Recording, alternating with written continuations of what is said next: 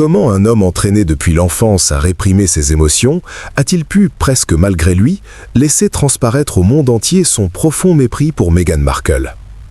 Le prince William savait, bien avant le grand public, que sa belle-sœur deviendrait un véritable casse-tête médiatique. Et aujourd'hui, il semble de plus en plus proche de perdre son sang-froid. Bienvenue sur notre chaîne, l'émission où l'on analyse sans filtre la relation tumultueuse du futur roi avec son frère et sa belle-sœur.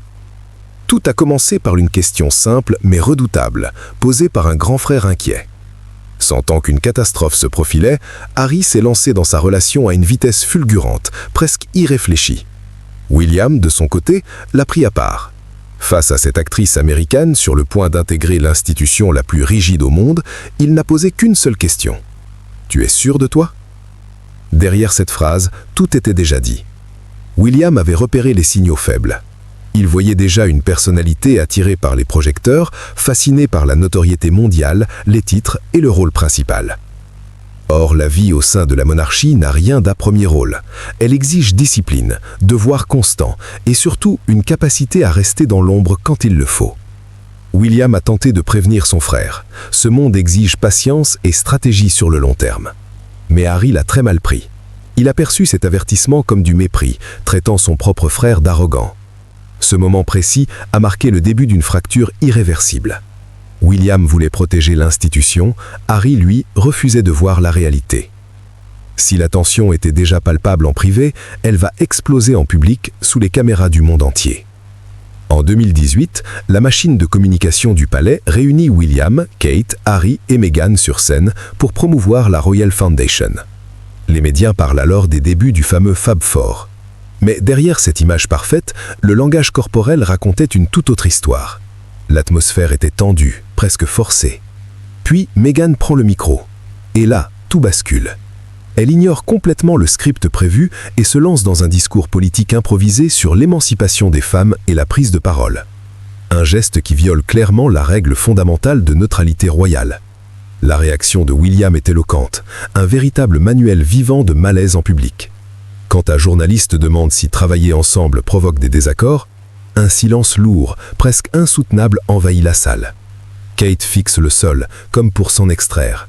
Elle utilise même ses cheveux comme une barrière physique, cherchant à se protéger de la situation. Harry, lui, s'accroche à Meghan, visiblement tendu. Finalement, William brise le silence avec un « Oh oui » crispé, presque étouffé. Son regard évite soigneusement Meghan.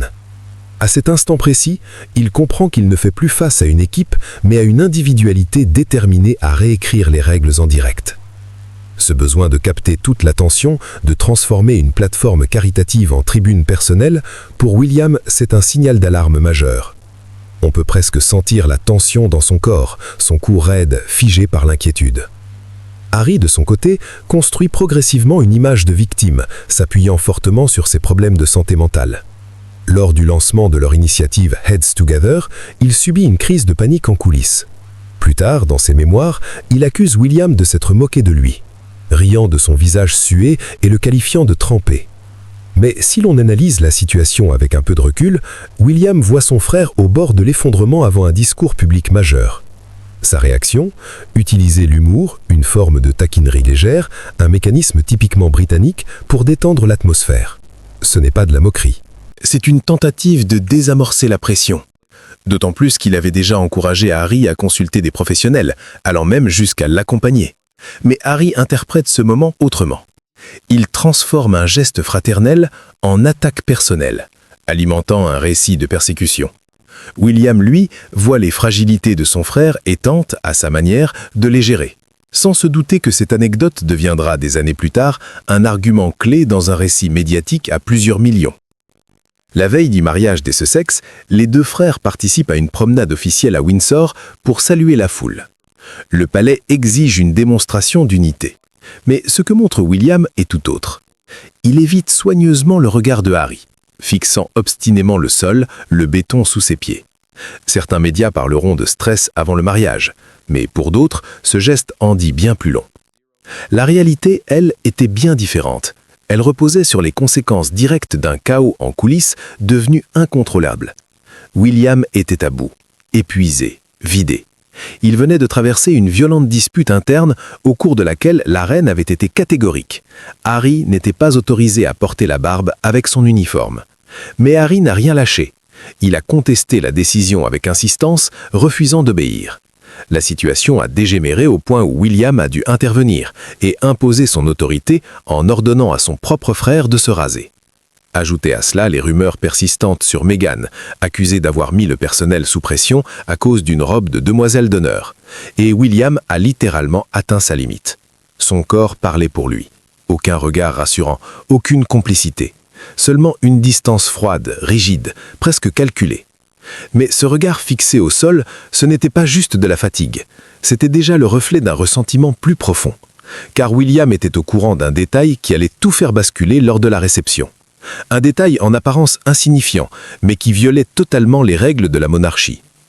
Les jours du mariage arrivent. Un conte de fées retransmis devant des milliards de téléspectateurs. Mais observez attentivement le visage de William lorsqu'il avance dans l'allée. En tant que témoin, il affiche une expression tendue, presque crispée, comme un homme contraint d'assister à quelque chose qu'il désapprouve profondément. Aucune joie, aucun sourire sincère, seulement une endurance silencieuse. En coulisses, Meghan met en place une décision qui choque l'establishment britannique.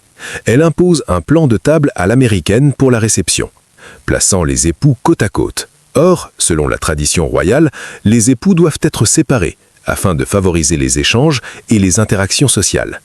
Pour William et Kate, c'est une provocation claire. Ils décident alors de remettre les cartes de placement selon la tradition, ce qui déclenche une confrontation majeure avec les mariés. Le visage de William à l'hôtel en dit long.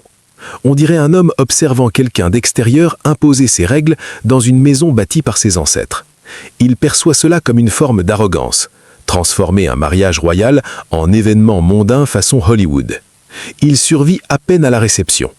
Mais le véritable gel des relations arrive quelques mois plus tard. Novembre 1918, jour de l'armistice. Une cérémonie solennelle, en apparence. Mais à l'intérieur de l'abbaye de Westminster, une autre guerre se joue, silencieuse mais palpable. Cette fois, la hiérarchie royale tranche. William et Kate prennent la place au premier rang, aux côtés de la reine. Harry et Meghan sont relégués au second rang. Le message est clair. L'atmosphère devient étouffante. Les mâchoires de William et Kate se crispent à l'unisson. Les traits de William sont si tendus qu'on pourrait presque voir la colère contenue. Derrière eux, les Sussex. Mais William refuse catégoriquement de les regarder. Il ne joue plus le jeu des apparences. Il ne cache plus la fracture familiale. Peu après, les informations fuitent. Les deux couples séparent leur foyer, ainsi que leurs activités caritatives. Harry et Meghan quittent leur bureau du palais de Kensington pour s'installer à Windsor. Et l'attitude de William confirme tout. La distance entre le premier et le second rang n'est plus symbolique. Elle devient une véritable barrière invisible. Froide, infranchissable. La machine de communication royale tente de sauver les apparences. Les tabloïds parlent déjà de tension. Alors la famille organise une marche vers l'église, censée montrer l'unité. Mais le plan tourne au désastre. Meghan joue face aux caméras. Elle se tourne vers William avec un sourire appuyé, presque calculé. La réaction de William est immédiate et révélatrice. Il ajuste brusquement son écharpe, multiplie les gestes, baisse la tête, remonte le tissu. Et surtout, il bloque complètement son champ de vision.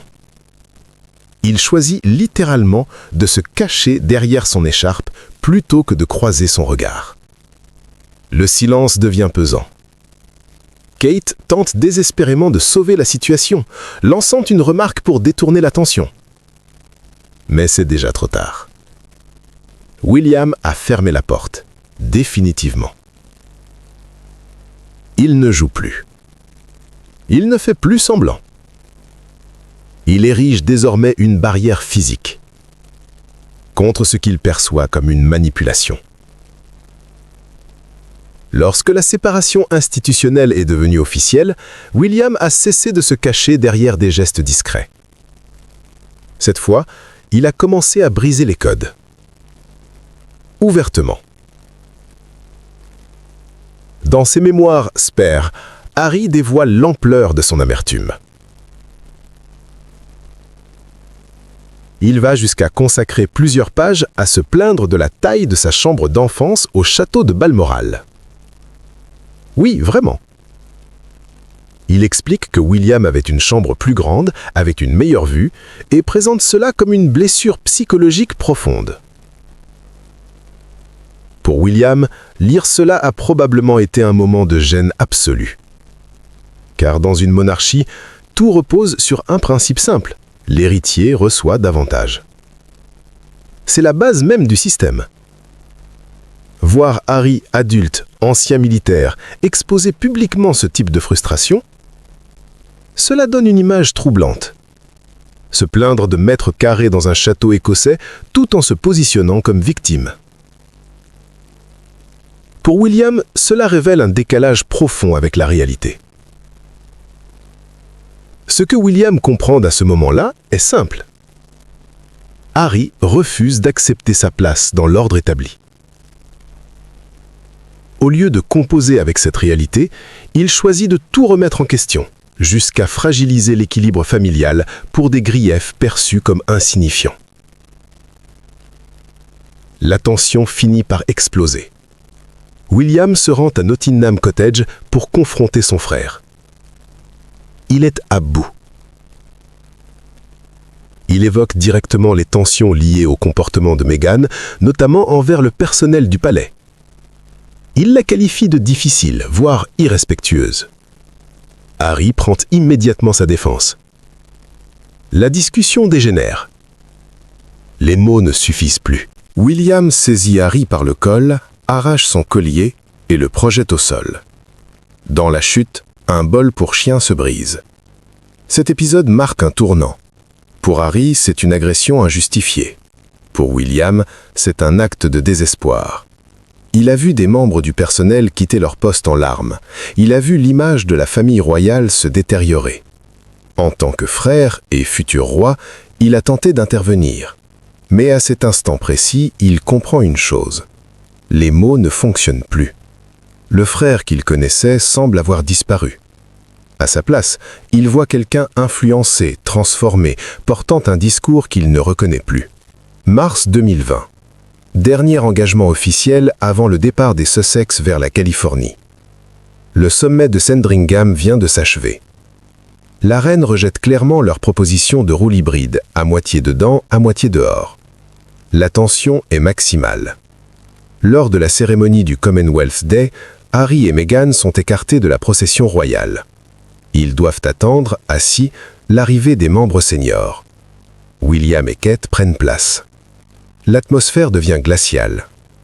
Meghan tente un signe, un sourire crispé, un geste vers William. La réponse est immédiate. Un hochement de tête à peine visible, puis il détourne le regard. Aucune chaleur, aucune interaction, aucune tentative d'apaisement. Le contraste est brutal. Autrefois, deux frères complices plaisantant ensemble. Aujourd'hui, un silence froid, presque définitif. William a pris sa décision. Il refuse d'offrir la moindre opportunité d'image positive, la moindre scène exploitable. Dans son attitude, il traite désormais Harry et Meghan comme d'anciens membres de l'institution ayant quitté leurs fonctions de manière publique et embarrassante. Puis vient le moment qui change tout. Installés dans le jardin d'un milliardaire face à Oprah Winfrey, Harry et Meghan livrent une interview choc, une véritable bombe médiatique. Ils évoquent des coupures financières, des tensions autour de leur sécurité et surtout, une accusation extrêmement grave. Des propos supposés au sein de la famille royale concernant la couleur de peau de leur fils Archie. Cette révélation agit comme une déflagration. Cette fois, le conflit familial dépasse les murs du palais. Il devient global, public, irréversible. Lorsque cette interview a été diffusée, William est resté figé, incrédule. Il assistait en direct à l'effondrement public de décennies de tradition, de discrétion et de loyauté familiale. Harry et Meghan ont utilisé leur plateforme comme une arme. Ils se sont présentés comme des victimes modernes, progressistes, enfermées dans un système ancien et oppressant. ils ont transformé leur histoire familiale en produit médiatique. Et William, lui, a immédiatement compris la stratégie. L'accusation de racisme a eu un effet dévastateur. Elle a littéralement paralysé la communication du palais. Face à une telle gravité, l'institution a choisi le silence, préférant gérer la crise en interne. Mais le mal était fait. L'image de la monarchie à l'échelle mondiale venait d'être profondément atteinte. William n'a pas seulement encaissé le choc, il a compris ce que cela signifiait réellement. Pour lui, il s'agissait d'une trahison totale, une stratégie brutale, presque destructive, visant à bâtir une nouvelle image en Amérique sur les ruines de l'héritage familial. Interrogé peu après, « Avez-vous parlé à votre frère depuis l'interview ?» Sa réponse est brève, contrôlée.